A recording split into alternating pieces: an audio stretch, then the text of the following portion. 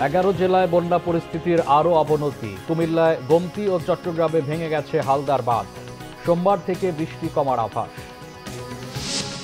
দুর্গত জেলাগুলোতে বৈষম্য বিরোধী ছাত্রদের ত্রাণ কার্যক্রম শুরু। সম্মিলিত প্রচেষ্টায় সংকট মোকাবিলার আশা। বন্যার জেরে চড়েছে কাঁচা বাজার। পাকিস্তান সহ সবার সঙ্গে সুসম্পর্কে এগিয়ে যেতে চায় বিএনপি। গুলশানে চেয়ারপারসন কার্যালয় ইসলামাবাদের হাই কমিশনারের সাথে বৈঠক। শেখ হাসিনার বিরুদ্ধে আরেকটি হত্যা মামলা। এবার সাকিব আল হাসান, নায়েব ফেরদৌস, ব্যারিস্টার সুমনও আসামি।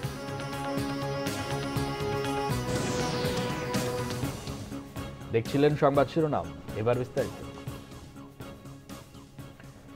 চট্টগ্রাম, ফেনী, কুমিল্লা, নোয়াখালী, ব্রাহ্মণবাড়িয়া, খাগড়াছড়ি, হবিগঞ্জ, মৌলভীবাজার সহ দেশের 11টি জেলায় বন্যা পরিস্থিতির আরও অবনতি হয়েছে।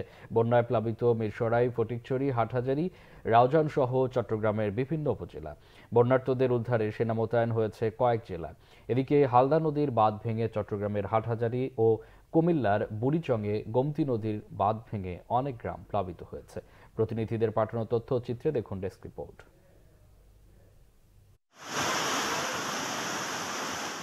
আকস্মিক বন্যায় দেশের উত্তর পশ্চিমাঞ্চলের 10 জেলা এখনো বেহাল অবস্থা। কয়েক জায়গায় কিছুটা উন্নতি হলেও পানিবন্দী লাখো মানুষ। প্রবল বর্ষণ আর পাহাড়ি ঢলে চট্টগ্রামের হালদা নদীর বাঁধ ভেঙে গেছে। পানি ঢুকেছে সীতাকুণ্ড, হাটহাজারী, বাঁশখালী, কর্ণফুলী ও ফটিকছড়ি সহ অধিকাংশ এলাকায়। চরম দুর্ভোগে 2.5 লাখ মানুষ।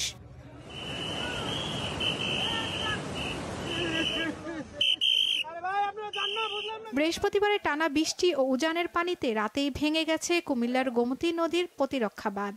এতে জেলার বুড়িচং উপজেলার শোলনল, পীরযাত্রাপুর সদর ইউনিয়ন সহ আশপাশের বেশ কয়েকটি ইউনিয়ন প্লাবিত হয়েছে। এর মধ্যেই বন্যার্তদের নিরাপদ আশ্রয় নিতে মাইকিং করা হয়েছে এলাকায়।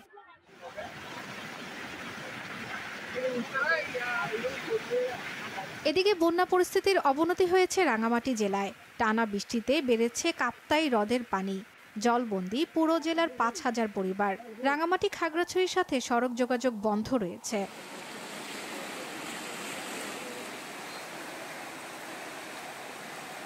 ব্রাহ্মণবাড়িয়ার আখাউড়া উপজেলায় কমতে শুরু করেছে ভারত থেকে আসা পাহাড়ি ঢলের তীব্রতা। বিভিন্ন এলাকা থেকে কমতে শুরু করেছে পানি। তবে হাওড়া নদীর একটি বাঁধের 3টি অংশ ভেঙে যাওয়ায় এখনও আখাউড়ার বিভিন্ন পয়েন্ট দিয়ে পানি ঢুকছে। এখন পর্যন্ত আখাউড়া ও কসবার 60টির বেশি গ্রাম প্লাবিত হয়েছে। পানিবন্দী 2,000 পরিবার। চাঁদপুরে রাতভর টানা বৃষ্টিতে 31টি ইউনিয়নের নিম্নাঞ্চল তলিয়ে গেছে। চরম ভোগান্তিতে বানভাসী মানুষ। বিভিন্ন আশ্রয় কেন্দ্রে অবস্থান নিয়েছেন হাজারো মানুষ। বেশি বিপাকে বয়স্ক ও শিশুরা। মৌলভীবাজারে নতুন করে বৃষ্টি না হলেও মনু ও ধলাই নদীতে বাঁধের 15টি স্থানে ভাঙনে বন্যা পরিস্থিতির আরও অবনতি হয়েছে। এ পর্যন্ত জেলার প্রায় 3 শতাধিক গ্রাম প্লাবিত হয়েছে। অনেকেই আশ্রয় নিয়েছেন বিভিন্ন শিক্ষা প্রতিষ্ঠান আর স্বজনদের বাড়িতে। বন্যায় লণ্ডভণ্ড হয়ে গেছে পুরো খাগড়াছড়ি জেলা। এখনও পানিবন্দী 10,000 মানুষ। সড়ক পানির নিচে তলিয়ে থাকায় খাগড়াছড়ির সাথে রাঙামাটির সাজেক, লংগদু ও বাঘাইছড়ি সড়ক যোগাযোগ বিচ্ছিন্ন রয়েছে। বন্যা কবলিত এলাকায় সরকারি ও বেসরকারি উদ্যোগে উদ্ধার ও ত্রাণ সহায়তার দিকে তাকিয়ে দুর্গতরা। শর্মিলা কেয়া, বাংলাভিশন নিউজ ডেস্ক। উজানে ভারতের ত্রিপুরা থেকে নেমে আসা ঢল ও গত কয়েকদিনের প্রবল বর্ষণে দেশের 11 জেলায় আকস্মিক বন্যা দেখা দিয়েছে। এতে এখন পর্যন্ত 13 জনের মৃত্যু হয়েছে বলে জানিয়েছে দুর্যোগ মন্ত্রণালয়। সংবাদ সম্মেলনে জানানো হয়, বন্যা প্লাবিত 11 জেলার মধ্যে সবচেয়ে খারাপ অবস্থা ফেনীর। তবে সব জায়গায় ত্রাণ পৌঁছানো হয়েছে বলে দাবি সরকারের। অতিরিক্ত সচিব জানান, 3,52 লাখ টাকা দুর্গত জেলাগুলোতে পাঠানো হয়েছে। ব্যবস্থা করা হয়েছে পর্যাপ্ত শুষ্ক খাবারের। এর মধ্যে 1,88,000-এর বেশি মানুষকে নিরাপদে সরিয়ে নেওয়া হয়েছে। উদ্ধার কাজে স্থানীয় প্রশাসনের সঙ্গে সেনাবাহিনী, বিমান বাহিনী, বিজিবি, রোভার স্কাউট, বৈষম্য বিরোধী ছাত্র আন্দোলনের কর্মীরা ও সাধারণ মানুষ সহায়তা করছেন। বন্যা কবলিত এলাকায় স্বাস্থ্যসেবা নিশ্চিতে 1,196টি মেডিকেল টিম কাজ করছে বলেও জানান তিনি। 24 ঘন্টায় কক্সবাজারে 151 মিলিমিটার, চট্টগ্রামে 143 মিলিমিটার ও কুমিল্লায় 49 মিলিমিটার বৃষ্টিপাত রেকর্ড করা হয়েছে। তবে ফেনীতে রেকর্ড নেয়াই সম্ভব হয়নি, জানিয়েছে আবহাওয়া অফিস। আগামী 72 ঘন্টায় বৃষ্টি কমার কোনো সম্ভাবনা নেই, তবে 26 অগাস্ট থেকে বৃষ্টি কিছুটা কমতে পারে বলে জানানো হয়েছে। এদিকে আপাতত ভারী বৃষ্টির শঙ্কা না থাকায় 24 ঘন্টায় বন্যা পরিস্থিতির উন্নতি হবে বলে জানিয়েছে বন্যা পূর্বাভাস ও সতর্কীকরণ কেন্দ্র। আগামী 72 ঘন্টায় যে পূর্বাভাস, তাতে বৃষ্টিপাত বিশেষ করে দক্ষিণ পূর্বাঞ্চল এবং পূর্বাঞ্চল এবং উত্তর পূর্বাঞ্চল এই সকল জায়গাগুলোতে কিন্তু বৃষ্টিপাত, ভারী থেকে অতি ভারী বৃষ্টিপাত অব্যাহত থাকবে। তারপরে 26 তারিখের পরে গিয়ে হয়তো বা বৃষ্টিপাতের কিছুটা হ্রাস হতে পারে। ভারতের ত্রিপুরা রাজ্যে খুব ভারী বৃষ্টিপাতের পূর্বাভাস নেই এবং বৃষ্টিপাতের যে প্রাবল্য ছিল সেটা আগের তুলনায় কমে আসার সম্ভাবনা রয়েছে এবং নদ নদীর পানি ইতিমধ্যেই উজানে ধীরগতিতে কমছে। তো সামগ্রিকভাবে আমরা এর ফলে আশা করছি যে আগামী 24 ঘন্টায় বন্যা পরিস্থিতি এসব অঞ্চলে বন্যা পরিস্থিতির উন্নতি হবে এবং যেহেতু এই নদীগুলো আকস্মিক বন্যাপ্রবণ নদী, সেহেতু পানি দ্রুত গতিতে হ্রাস পাওয়ার সম্ভাবনা রয়েছে এবং এর ফলে আগামী 48 ঘন্টার মধ্যে অনেক স্থানে, এই আক্রান্ত স্থানগুলোর অনেক স্থানে পানি বিপদসীমার নিচে নেমে আসতে পারে। বন্যায় ক্ষতিগ্রস্ত জেলাগুলোতে প্রতিদিন সকাল 10টা থেকে রাত 8টা পর্যন্ত ত্রাণ বিতরণ কার্যক্রম চালাবে বৈষম্য বিরোধী ছাত্র আন্দোলন। সকালে ঢাকা বিশ্ববিদ্যালয়ের টিএসসিতে সংবাদ সম্মেলনে বৈষম্য বিরোধী ছাত্র আন্দোলনের সমন্বয়ক লুৎফর রহমান জানান, এই সংকটময় পরিস্থিতিতে তারা এরই মধ্যে প্রায় 30 লাখ টাকার শুকনো খাবার ও ওষুধ বিতরণ শুরু করেছে।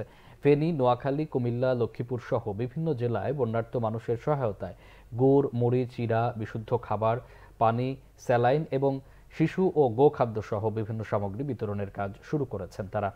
সকলের সম্মিলিত প্রচেষ্টায় এই সংকট মোকাবেলা সম্ভব হবে বলে মনে করে বৈষম্য বিরোধী ছাত্র আন্দোলন। বন্যার কারণে সব ধরনের সবজির দাম বেড়েছে, তবে মাছ, মুরগি ও ডিমের দাম অপরিবর্তিত রয়েছে। সামান্য কমেছে ইলিশের দামও।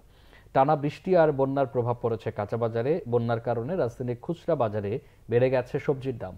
রাজধানীর বিভিন্ন বাজার ঘুরে দেখা যায়, বৃষ্টি ও বন্যার প্রভাবে গত কয়েকদিনের ব্যবধানে সব সবজির দাম কেজি প্রতি 10 থেকে 20 টাকা পর্যন্ত বেড়েছে।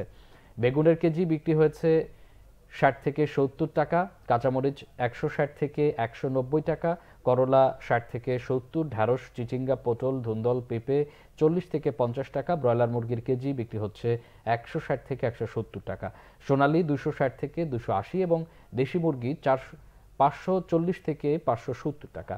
ডিমের ডজন 150 থেকে 155 টাকায় বিক্রি হচ্ছে। এসব বাজারে গরুর মাংসের কেজি 650 থেকে 750 আর খাসি বিক্রি হচ্ছে 1200 টাকায়। 1.5 কেজি ওজনের রুই মাছ বিক্রি হচ্ছে 340 থেকে 350 টাকায়। 1 থেকে 1.5 কেজির ইলিশ 1200 থেকে 1600 টাকা দরে বিক্রি হচ্ছে। আগের মতোই বেশি দামে বিক্রি হচ্ছে চাল, আলু ও পেঁয়াজ।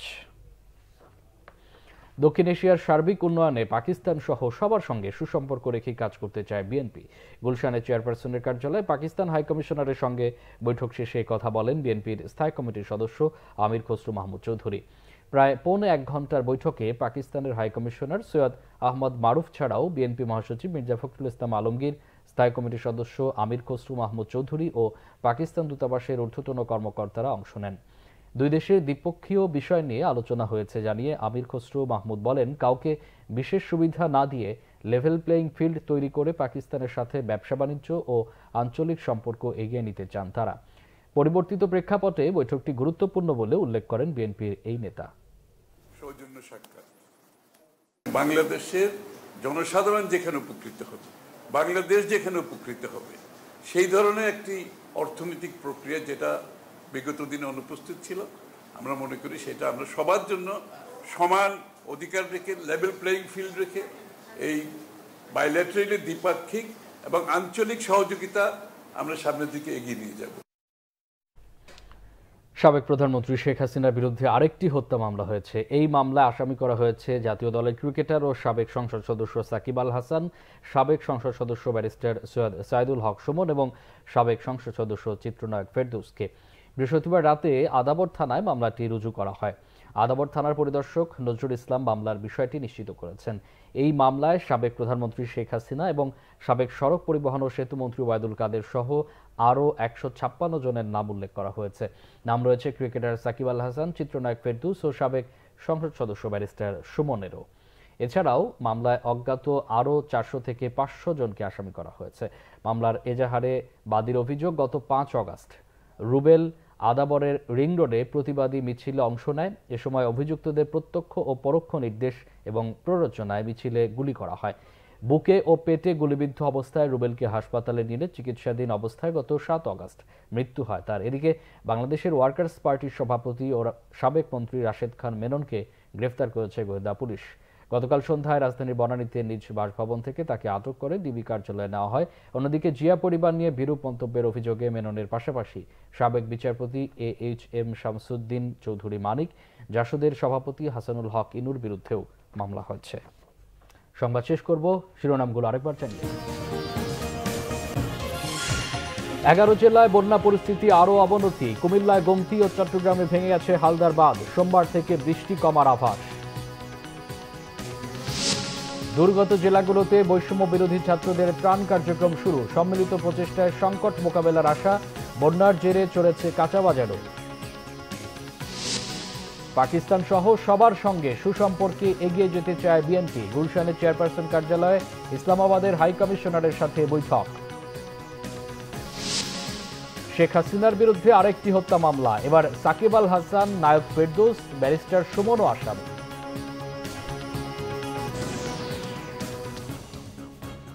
এই ছিল এখনকার মতো। পরে সংবাদ বিকেল 4টায়। এর আগে 3টায় রয়েছে নিউজ টপ 10 দেখার আমন্ত্রণ রইল। এছাড়া বাংলা ভিশন সংবাদ ও সংবাদ সংশ্লিষ্ট অনুষ্ঠান দেখতে ভিজিট করুন www.bvnews24.com ও facebook.com/banglavisionnews এবং সাবস্ক্রাইব করুন youtube.com/banglavisionnews। এতক্ষণ সাথে থাকা অসংখ্য ধন্যবাদ।